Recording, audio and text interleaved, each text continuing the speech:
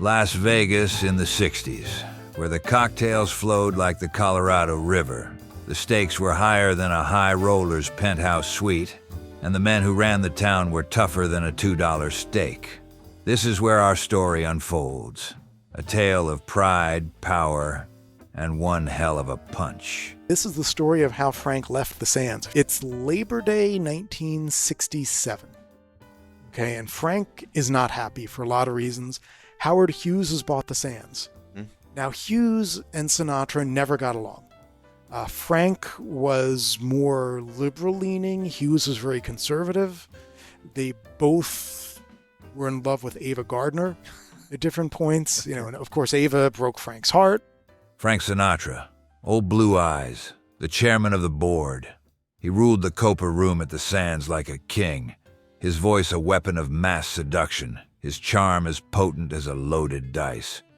But even kings can be dethroned. Enter Carl Cohen, casino executive, ex-college boxer. A man who knew the odds and wasn't afraid to play the enforcer. When the reclusive billionaire Howard Hughes bought the Sands, he brought with him a new set of rules, and those rules didn't favor Sinatra. So Hughes took over, and basically they put in a lot of cash controls in the casino. Sinatra's casino credit, once limitless, was cut off. 200 grand in the hole, the chairman was furious. He raged against the staff, trashed his suite, and even took a joyride in a luggage cart through a plate glass window. Sinatra stormed out, leaving this messy trail of destruction in his wake. Here's the situation. Labor Day, Frank says, I'm not going to go on. I won't sing. They have to call Sammy Davis Jr. in L.A. and charter a plane to fly him up. And he literally comes on stage and saves the day. That weekend, Sammy performs instead of Frank. Yeah. Okay. That weekend, so then now we're into Friday night, Frank goes on again.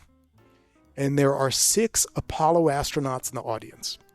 And he does a rendition of Fly Me to the Moon, and it's great. Now, after the show, Frank wants to show the Apollo guys some fun. And remember, this is when the astronauts were the biggest heroes in America. So he goes to the pit boss, and he's like, can I have $50,000? And like, no, sorry, Frank, we can't do that. The word came down from the top. We can't give you any more credit. And the Apollo astronauts say, well, we kind of have an early morning tomorrow. Maybe we should head in. But oh no, Sinatra wasn't done for the night. He returned to the Sands, demanding a showdown with the now sleeping Cohen. At 5:45 a.m., the two titans clashed in the Garden Room restaurant. Insults flew like punches in a prize fight. Sinatra, fueled by anger and perhaps a few too many Jack Daniels, flipped Cohen's breakfast table.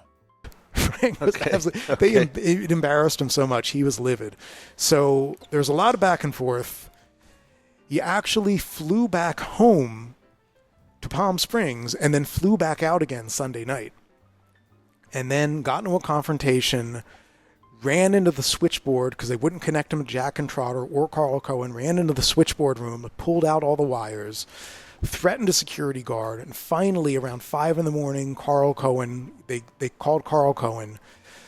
Cohen comes down and meets him at the Garden Room, which was their coffee shop, and they exchange words, and Sinatra flipped the table on Cohen, and Cohen, just going back to instinct, and this was a guy who had been a bootlegger. He was a big guy, like about over 250, 6 feet tall, just a big solid guy.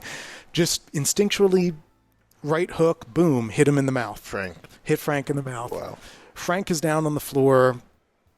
He's like, oh my God, what do we do? He ends up, that was around 5:36 in the morning. At 9 o'clock, a press release comes out from Caesar's Palace saying, we've signed Frank Sinatra. Some people think, well, the whole thing was just an act, but Frank did lose the caps in 2 of his teeth. So I don't think he was that, that much of a good soldier. Yeah, he would go for that. Like literally, it was in his obituary. Carl Cohen, the man who punched Frank Sinatra. Old blue eyes. The fight was over, but the legend lived on. Sinatra, his ego bruised more than his face, left the Sands for good.